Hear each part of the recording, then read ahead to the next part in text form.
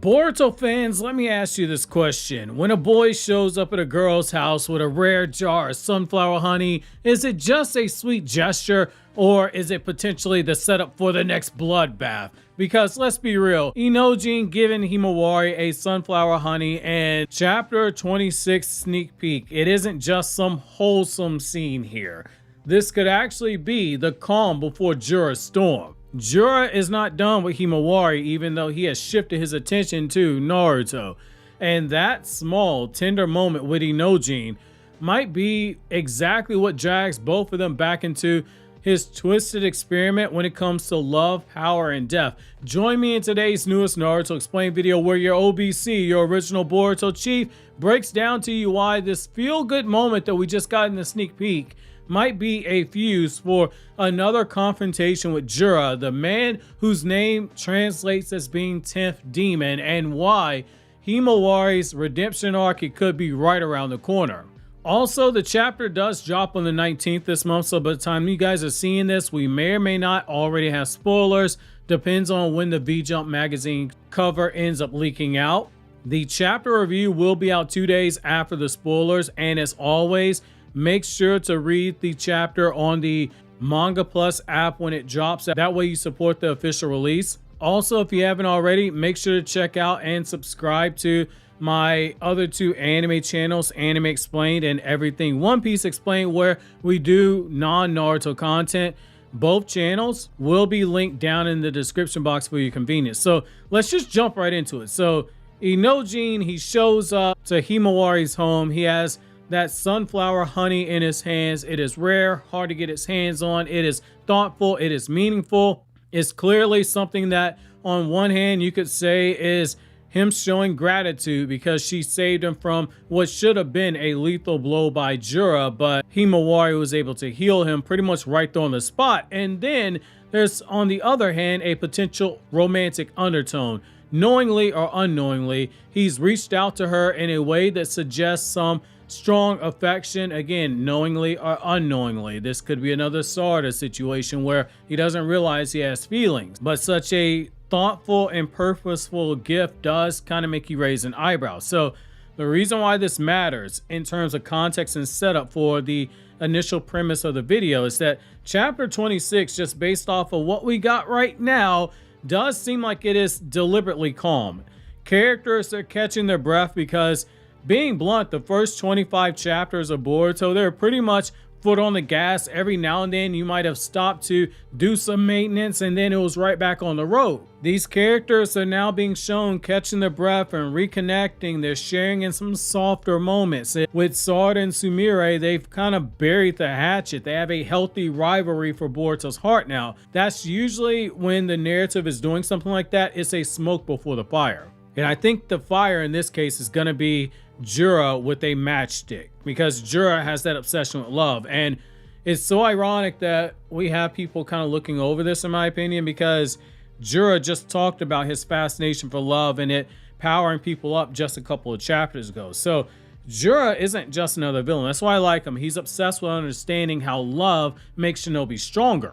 And based on the reactions that I've been seeing, it kind of seems like Jura needs to do this because a lot of fans have forgotten that love does make shinobi stronger and love allows shinobi to pull out their full power. The number of comments that I've been seeing and some of the video clips that have been sent privately by patrons just kind of makes me realize that there are a lot of people that are under the assumption that like someone like Sarda basically did some push-ups and got stronger because they do not understand the concept of mental amps or the fact that Naruto's manga in the very beginning, which is why you don't skip part 1 or stick to playing the video games, in the very beginning of the story, it makes it clear shinobi can only pull out their full power, their true power, when they're tapping into feelings of love or hate. And hate really stems from a form of love or a loss of love. Those are overlapping themes in the story. Sarda getting her power up, Himawari getting her power up in response to a loved one getting injured. This is all in character. And it's all consistent with the power system of Naruto. So Jura being obsessed with it is really turning out to be a teaching moment for a lot of fans. If that doesn't apply to you, don't take offense. One thing that we know is that he has multiple people that he's fascinated in. One of the people that he's fixated on is Himawari, because he watched as he gave Inojin what should have been a lethal blow. Himawari's reaction, it was illogical. It was something that completely powered her up. He did not understand it. Hence, he thought it was illogical, even though we understood why. She was suddenly using a power that was directly coming from Kurama. For Jura getting this data, Himawari, she became both an experiment and a mystery. That's why he was testing out her regeneration abilities. That's why he was fighting down to her level just to see what she was capable of. If he sees Inojin close to her again, and he's already associated that love is what powered her up, in my opinion, it does make sense that he might try to recreate that emotional trigger just to see if taking a loved one leads to another power-up, basically another rage ant, because he's already drawn a correlation. Loved ones in danger makes someone stronger, or it makes them pull out their full power. Even though we know that Jura doing this is not going to make her tap into a bigger reservoir of Kurama's power. She's got it, she just doesn't know how to use it. That's dramatic irony. Jura doesn't know. Think of the scientific method. You have variables and you have independent variables. He's trying to set up a control situation here if that's the path that it goes, in my opinion. And I think that we're going to have a rematch at some point. Now, this is why the calm before this storm matters. We're focused a lot on Mamushi, but I do think that Jura's not going to be on the sideline for too long. In real life, it might be a long time, but in terms of in-universe, it's important to remember that these last 24 chapters, 25 chapters, it's been 2 years for us. In universe, it's only been a few days. I don't think that in universe, Jura is going to be sitting around too long. And this is something that in the Naruto universe, and just in basic storytelling in general, you have light moments before chaos. One of my favorite series that does this very well is One Piece. If you're familiar with how I do the blind reactions on that Everything One Piece Explained channel, you hear me say more than once that Oda is somebody who does a really good job at giving you a soft hand before he gives you the heavy hand. And Ikimoto has dabbled in that as well. And we've seen this in Naruto. We had moments of peace before chaos broke out in the Naruto world. You had moments with the members of Team 7 where things looked like they were starting to settle in for them, and then some kind of a tragedy struck. Even in this new era, you had Kawaki behaving in a way where a lot of people are going, hey, how can Kawaki ever turn on Naruto? How can he ever turn on Boruto? He seems like a loving guy that loves Boruto. He loves Naruto, and then what happened? He turned on him. There's always a calm before a storm. These past 2 chapters are essentially an emotional setup before the next major storm, reminding readers what's at stake emotionally so the chaos does hit harder. Himawari's hidden potential redemption is, in my opinion, kind of in plain sight. In their first encounter, Himawari, she couldn't stop Jura from striking Inojin and almost killing him. Now we have to ask, will there be a potential confrontation? She has been training with Kurama, trying to master his power. Kurama's trying to get her ready for combat. He knows that Jura's coming after them. This is Himawari trying to get more prepared. A possibility that could show up is that she saves Inojin from a second lethal strike, redeeming herself in the process. Another possibility is the narrative symmetry. She failed once. She was not able to stop Jura. She fought Jura. Jura broke her leg. Inojin got involved. Inojin almost joined the Donut Club. Now Himawari, she could show that she has learned and she could get her redemption in the rematch. But the likely cost is that she would still ultimately lose to Jura. I don't think any of us expect Himawari to beat Jura. Even if she does Locked On, Jura's gonna say Locked On how cute, grab his book and smack her across the face. Doing that basically cements his threat level while also giving Himawari the heroic moment that she needs. Now, in terms of the Shinto Shrine Maiden parallel, it's there as well. Himawari's role, it really mirrors Mikyo, which are Shrine Maidens in Shinto stories. They gain spiritual power through purity and through devotion. That's also something you can kind of loosely link back to Himawari's name. Again, it means Looking towards the sun is a pun on sunflowers. Sunflowers are often associated with being pure, so you can kind of make the connection there if you want to. However, shrine maidens often act as protectors against demons and evil spirits. And the thing is that sacrifice and love are keys to her strength. A really good example of this would be Kushina Hime in the Yamada no Orochi myth. She was saved through love and sacrifice, representing intertwining affection and divine protection. Himawari, very similarly, channels her love for others, whether it be Inojin, Naruto, Boruto, into her strength.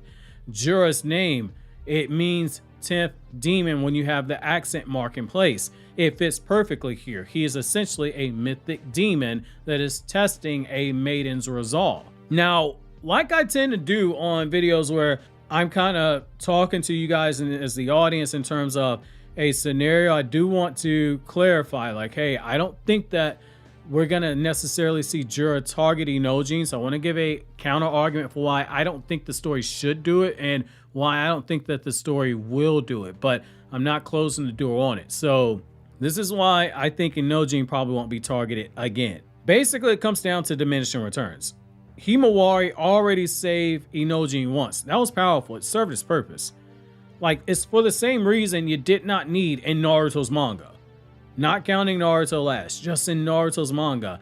You didn't need Naruto saving Hinata from a near-death state yet again. And even in Naruto last, she didn't almost die, so it still kind of fits. But in Naruto's manga, while Naruto did save Hinata more than once, it was not just a near-death state, if you will. The first time Pain stabbed her after she tried to attack him, never touched him in the manga. Pain shoves his chakra rod into her, pulls it out, Naruto snaps, and the resulting chaos is what probably kept her alive because Pain didn't finish the job. However, in the war, he saves her when the Zetsu's trying to attack.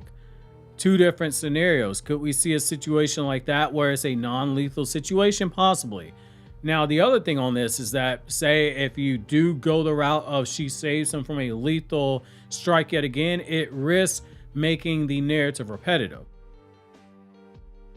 When you write, one key thing that any writer will tell you is that you need stakes, and stakes need escalation. They don't need repetition. You don't need to stay at the same level.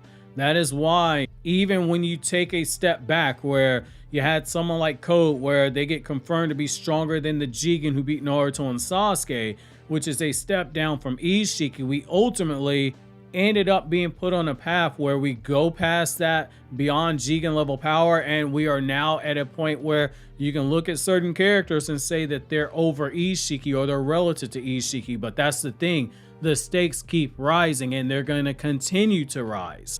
To use another example, that is why you will see stories that they will incorporate elements of romance, because it is a cheap way to raise the conflict, because stuff like that ends up creating a internal conflict in that those feelings may make characters behave in ways they logically wouldn't, which that builds on the external conflict if there's some type of a confrontation. And with Ikimoto focusing on love and the different types of love, it gives him a blank slate to use, whether it be familial love, friendship love, or love in a romantic sense. That's why I will point to, again, Yu Yu Hakusho, Rurouni Kenshin, even Bleach dabbled in it, but it was in a more subtle way. Eden Zero is another good one. Rave Master. A lot of really big shonen series have been able to pull this off. But the core underlying thing that you should be taking away from this is that it's all to raise stakes. You never stay at one power cliff. You continue to rise.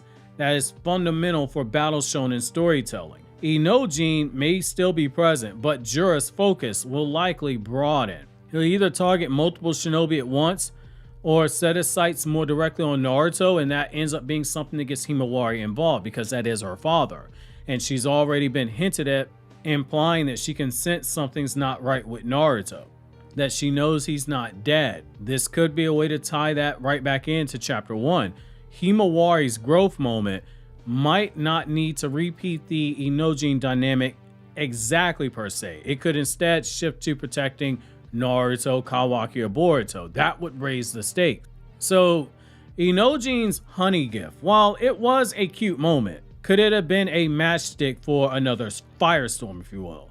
On the surface, it's wholesome. It's even a little bit romantic, but underneath that sweetness, Ikimoto may be setting up Himawari's greatest test yet, facing Jura again, not for herself, but for someone she cares about. Whether or not Inojin actually gets targeted again, that remains to be seen. What's clear is that these moments of peace that we've been getting the last couple of chapters are a setup for chaos that is coming. I think that Mamushi is definitely coming, but we can't rule out something with Jura later on in the timeline. And when that chaos hits, Himawari's Shrine Maiden role, drawing from strength of love, may finally take the center stage. Obviously, if you enjoyed this video, consider subscribing, clicking on the left to check out this Naruto Explained video, or clicking on the right to check out videos from other two anime channels where I talk about non-Naruto content.